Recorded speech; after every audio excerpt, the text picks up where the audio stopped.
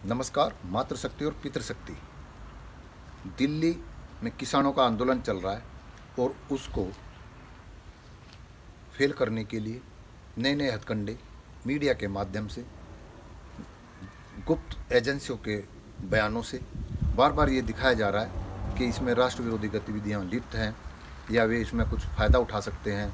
इसमें कुछ एक दो और लोगों ने कहा कि ये चाइना पाकिस्तान के द्वारा प्रायोजित है और राष्ट्र विरोधी गतिविधियों के द्वारा प्रायोजित हो रहा है। तो मैं ये कहूँगा किसान भाइयों से कि आप समझ लें कि आपको फंसाया जा रहा है, तो आप अपने स्टेज से या समर्थन करने वालों की अच्छी बातों को स्वीकार करें। अगर वो गलत कह रहे हैं तो तुरंत खंडन करें और उनको वहाँ से हटाएं। तो ये तो आप ध्यान रखें, क्योंकि आंदोलन को ये राष्ट्र विरोधी भावनाओं में ले जाएंगे। तो ये इस मामले में भाजपा सरकार कलाकार है और मैं इस पे इंगित कर दूं कि किसान क्या चीज़ होती है। किसान मानव प्राणी के साथ उसके इर्द गिर्द प्रभाव में रहने वाले प्राणी अन्य, उनके भरण पोषण की जननी है। और ये जो उद्योग चल रहा है, इसकी जब बिगिनिंग स्टेज पे आप बहन करना कि जब मनुष्य जब धरती पाया होगा, उसने इस धरती से भरण पोषण का उपाय ढूंढा होगा, खेती को करा होगा। खेती के द्वारा ईजाद, उसको बढ़ाने का, उसको चलाने की जो भी इक्विपमेंट बने होंगे या जो खाद्य पदार्थ उनको तैयार करने में जो भी दिमाग से लगा, तो यानी कि उद्योग की जननी भी यही है। आधार किसान ही है।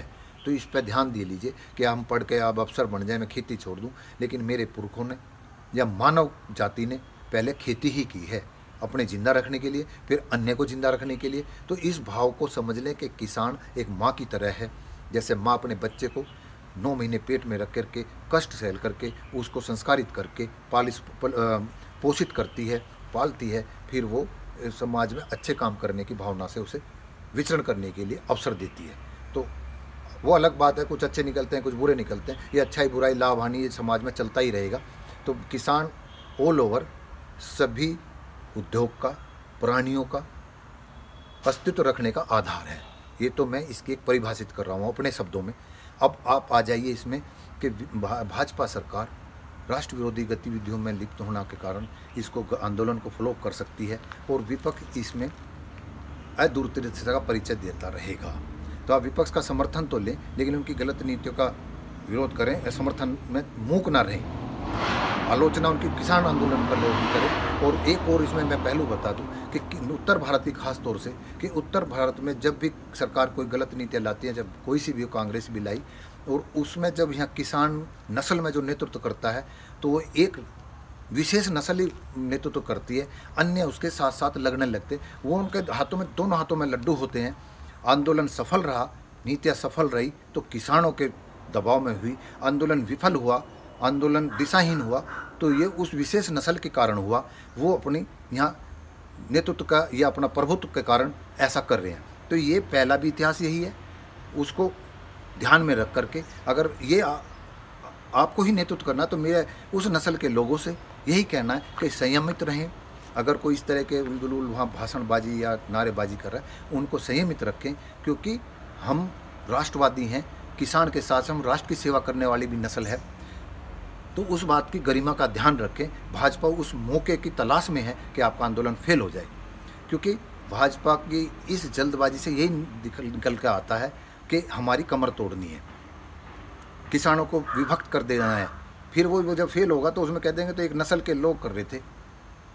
अक्सर ये पिछला इतिहास भी देख ले, ये नेतृत्व या आंदोलन, ये संगठन तो किसी विशेष नस्लों के लोगों के द्वारा संचालित होते हैं।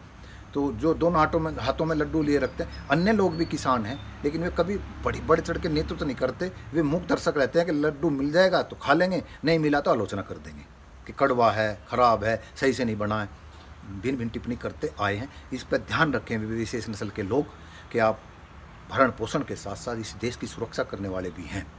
सेना में भी आप लोग हैं, आंतरिक सुरक्षा में भी आप लोग हैं। तो ये ध्यान रखें, उत्तर भारत का जो वो नस्ल है वो नेतृत्व ही करती है। तो वो अब इस समय अपने आप को विलेन मत बनाना। जैसे हरियाणा में एक आंदोलन हुआ था, उसमें हमें विलेन बना दिया। 36 में से 1 और 35 एक तरफ इस भाजपा ने ही किया था। जबकि उसमें, क्योंकि मैं इसलिए इंगित कर रहा हूँ कि बार बार गलती करने से हम स्टेक पर आ जाते हैं। उसमें भी उस नस्ल के अलावा भी 5 अन्य नस्लों को उस आरक्षण का लाभ मिलना था, लेकिन उन 5 नस्लों के लोगों ने कोई ना तो राज्य के, उस राज्य के, ना अन्य राज्य के लोगों ने ये नहीं कहा भाई इसमें खाली इसी नस्ल का लाभ नहीं होना, इसमें और भी नस्ल हैं जो सरकार ला रही है 5 अन्य नस्लें, लेकिन सब चुप थे। वो बस वही लड्डू मिल जाए तो खा लेंगे, श्रेय ले लेंगे। अगर लड्डू नहीं खाने में विफलता हुई या नहीं बन पाया, मिल पाया, कह देंगे कड़वा था, एक विशेष लोगों की इच्छा थी, ये थी, वो सब नौटंकी करते हैं। और आंदोलन फेल कर दिया गया था उस समय भी, बहुत बच्चे मारे गए थे, उसको भी ध्यान रखना, हमारा आंदोलन फेल ना हो जाए। और अगर आपको ऐसा लगता है कि हम घिर रहे हैं, तो मैं तो ये कहूँगा कि आपने दिल्ली की सरकार को नींद से जगाने की प्रयास किया है और वो टेबल पर आ गई है। तो मैं ये जल्दबाजी तो इसलिए लगती है, उनकी मन से इसलिए ख़राब लगती है। जैसे शिक्षा नीति लाए थे ये भी, उसमें इन्होंने 2 साल 3 साल अपने आप उसमें अपने विशेषज्ञों के द्वारा कुछ ड्राफ्टिंग दी और उस ड्राफ्टिंग को जनता के सामने रखा, विशेषज्ञों के सामने रखा। 2023 में नई शिक्षा नीति आ जाएगी। ऐसी धैर्य के साथ इन्होंने इसमें क्यों नहीं करा?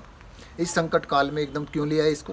तो ये मंशा को थोड़ा सा शंकालु बनाती है सरकार की कि भाई इसमें कुछ ना कुछ शंका है। तो आप उसको जैसे अब टेबल पर बैठा रहे हैं, ये आंदोलन करने की जरूरत ही नहीं पड़ती। तो आप किसका एहसान उतारना चाह रहे थे इतनी जल्दबाजी करके? केवल और केवल क्योंकि विपक्ष के जो उस समय सत्तासीन लोग थे वो भी इस नीति को ला रहे थे, तो इनको ये लग रहा था कि हम इस मुद्दे को अपने आप हाईजैक कर लें और उनकी भी इच्छा पूरी हो जाए, और ये जो अगर आंदोलन वाले विरोध करेंगे तो इनको हम देशद्रोही बता देंगे। तो इस तरफ जाना चाह रहे। ऐसे सरकार चलती है? ऐसे राष्ट्रवाद होता है? नहीं होता। किसी की कमर तोड़ के, किसी का अहंकार या किसी का स्वाभिमान तोड़ करके आप खुद ज़्यादा दिन तक सफल नहीं हो सकते। कोई भी हो, वो भी कोई भी नहीं हो सकता। तो मैं यही कहूँगा, अगर ऐसी अवस्था आ जाती है, ये इन दौरों की उसमें कोई डिसीजन नहीं निकलता, तो आप आम जनता को भी अपनी फुल प्रूफ, जैसा योगेंद्र यादव ने बताया कि 7 बिंदु बताए थे उन्होंने, पढ़ लेना, पब्लिक डोमेन में उनकी वीडियो पढ़ी है। तो उनको आम जनता को बताइए कि किसानों के साथ साथ जब किसानों का शोषण हो करके चीज़ खरीदेंगे, स्टोर करेंगे, तो वो आम उपभोक्ता को अपनी मनमर्जी से बेचेंगे। पहले भी सरकारें गिर चुकी हैं, प्याज पर, आलू पर, टमाटर पर, यूपी की सरकार भी इसी पे गिरी थी, तो वो स्टोरेज की वजह से थी। तो ये कई बिंदु हैं, ये सब पब्लिक डोमेन में। किसान नेता और विशेषज्ञ इसको आम जनता को ये बताएं कि आपके लिए भी नुकसानदायक है। ये चंद लोगों को, व्यापारी वर्ग, जो मतलब एक अधिकार जिनका इस व्यापार पर हो जाए, किसान संबंधित योजनाओं पर या जो भी प्रोडक्शन है उनके, उन पर एकाधिकार हो जाएगा, तो वे अपनी मनमर्जी से नचाएंगे देश को। तो उस तरफ देश जा रहा है, तो वो जनता को बता करके। और मैं ये कहूँगा, दिल्ली में अगर जनता दुखी है और तो हमें खिलाफ नहीं लड़ना, ये राष्ट्रवादी मतलब हमें राष्ट्रद्रोही घोषित करने के प्रयास करेंगे, तो आप देश के जो भी प्रदेश के नेतृत्व करने वाले, केंद्र के नेतृत्व करने वाले जो जनप्रतिनिधि हैं, उनके वहीं पे आवाज़ पे घेराव करिए उनका। आपके पास अब मूवमेंट है, उसे वहाँ डाइवर्ट कर देना, आंदोलन को विफल मत होने देना। यहाँ से कह करके ठीक है, हम दिल्ली की जनता को दुखी नहीं करते, हम जो यहाँ दिल्ली हमने भेज रखे हैं उनकी चूड़ी टाइट करेंगे उनके क्षेत्र में, क्योंकि वोट तो आपसे ही लेनी है उनको। तो वो उनको एहसास करे, वे जनप्रतिनिधि जिनकी जबान पर दही है, वो नेतृत्व के सामने बोलने की क्षमता नहीं रखते हैं, तो उनको समर्थन में लीजिए। अगर वो आपके समर्थन में बोलते हैं तो उनको जिताइए, चाहे वे निर्दलीय हों। ये भाव केंद्र सरकार के दिमाग में भर दीजिए और उन जनप्रतिनिधियों के दिमाग में भर दीजिए कि अगर आपने हमारा साथ नहीं दिया, अच्छी बात के लिए, गलत बात के लिए नहीं, तो आपको हम यहाँ घेर के भी रखेंगे और सबक भी सिखाएंगे। मेरी इन भावनाओं को समझना और आंदोलन को फेल मत होने देना। तथ्यपरक बातों के साथ अपनी बात रख करके और जनता की सहानुभूति लीजिए, जनता को खिलाफ मत करना। इन्हीं शब्दों के साथ मैं अपनी वाणी को विराम देता हूँ। मेरे भाव को समझना। नमस्कार।